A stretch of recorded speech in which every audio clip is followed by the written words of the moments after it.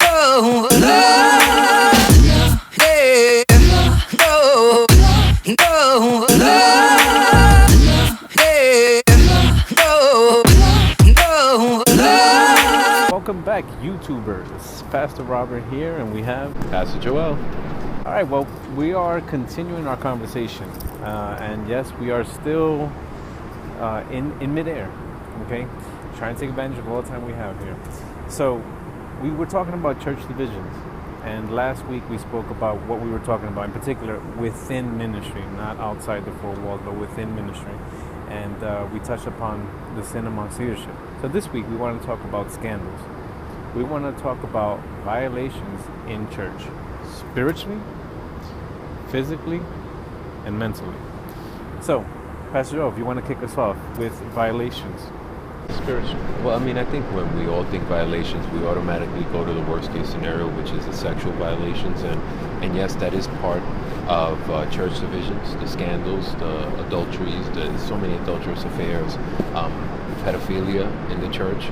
You know, it's the 800-pound gorilla in the room that nobody wants to talk about. But like we told you from the beginning, we're going to talk about these different topics.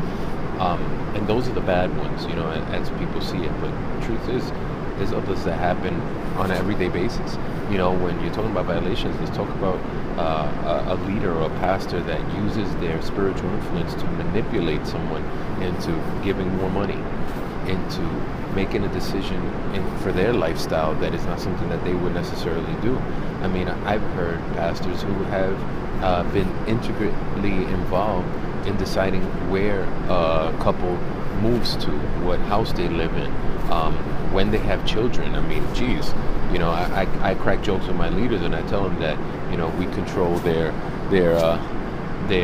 reproductive cycles because we don't want them to have kids and then get deviated from ministry. But that's a joke. Hello, you know.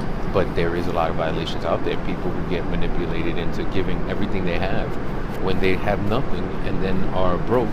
And here's the, you know, let's be real, here's the pastors driving around in a Mercedes and the congregants have to take the bus to church. Something's wrong with that. Now, let me ask you. Now, you're talking about manipulation, and you're talking about they're using the actual Bible to do this?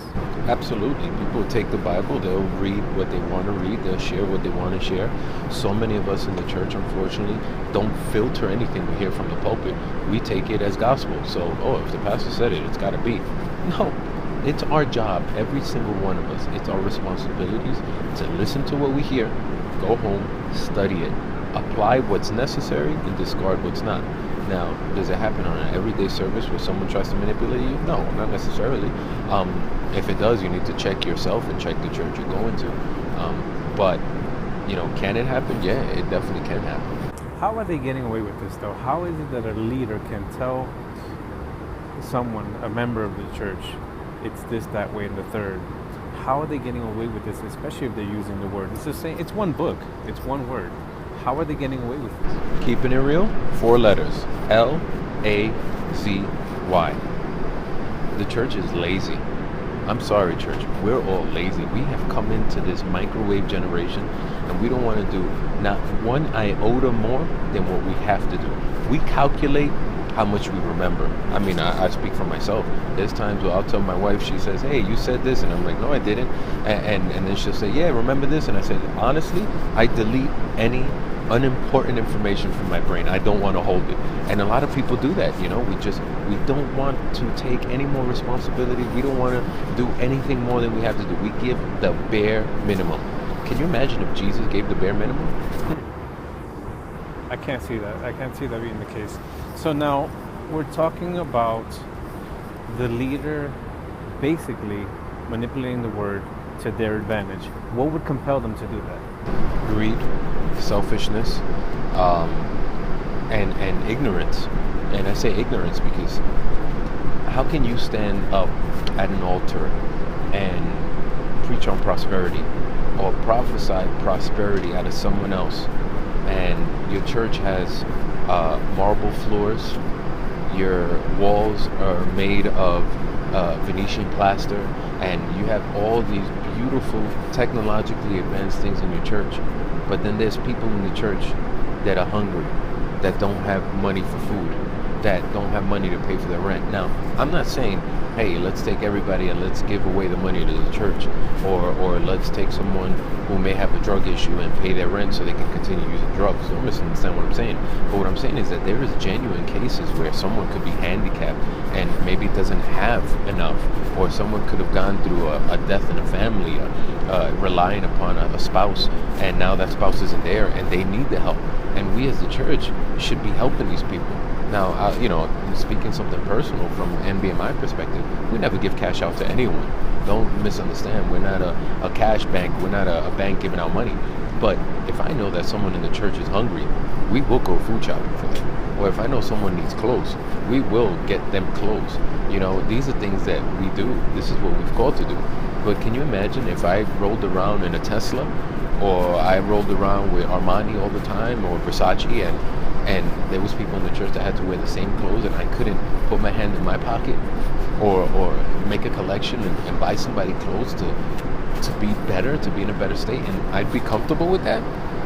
So I think what happens is a lot of pastors have disconnected from the sheep. A lot of pastors have disconnected from the truth, from the gospel, from bringing the good news. And we want things to be comfortable for us. And let me be clear, I get it.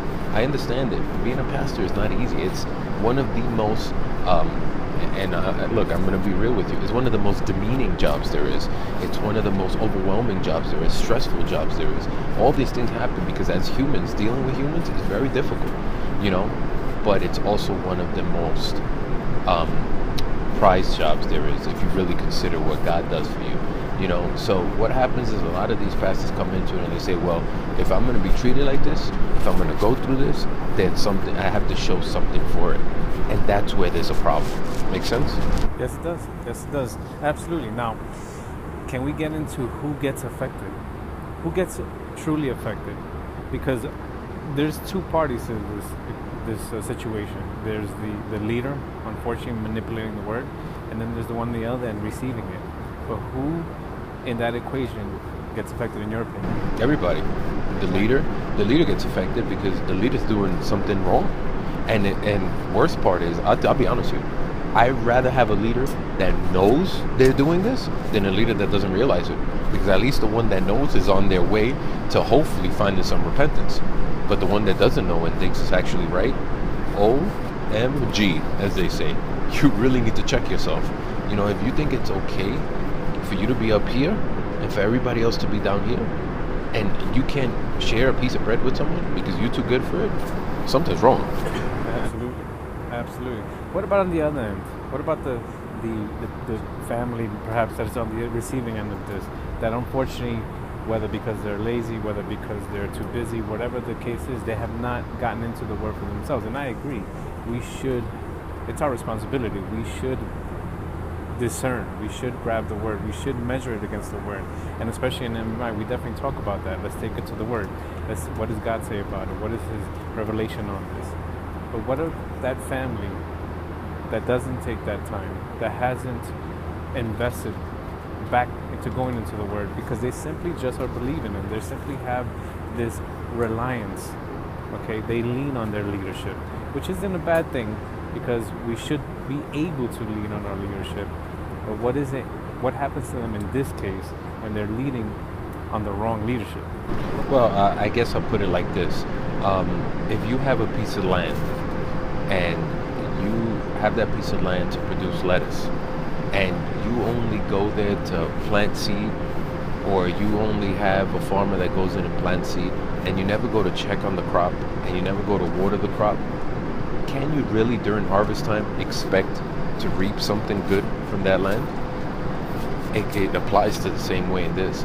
If you have somebody dropping seed on your ground and you're not checking to see if the seed that they planted is the right seed, you're not making sure that there's water on that seed, you're not making sure that the seed is covered, then what fruit can we really expect? And I'm not trying to be funny, I'm just being real. We have to separate from that mentality of complacency that today in society we see. You want to make more money? Work more. You want to have better health? Go to the gym. You want to look better? Work out. Do whatever you got to do. But everything entails sweat equity. Exactly. And finally, how do we avoid this? What can we tell the viewers, perhaps who have gone through this, perhaps who are going through this, or maybe are oblivious and don't even have a clue? And that's why we're doing this. We want to bring awareness. We want to start the conversation. What do we tell them? How do they avoid this? Number one, educate yourself. Number two, stop blaming the leader. Because I'm sorry, it's just as much fault of yours as it is of theirs. Number three, don't let it happen again. Get your mind right, get your spirit straight, and realize number four, it wasn't God who did it to you. It was a man or a woman. So once you realize these things, you start getting back to the basics. You start rekindling that first love. You start grabbing back to the things that are important. And now, I'm not saying that you're going to go to church and you're going to crucify every preaching and finite every preaching and make sure that no, you don't have to do that. You don't have to live that way either. You don't want to become obsessive compulsive over the word either, because then you'll never receive. But you do want to take the time and invest the time that if you're confused about something, that if you have a doubt, that you research it. Man, use Google. It's there. Google has made everything in life very easy. So use the tools that you have. So you heard it. Be responsible. Take hold of that word.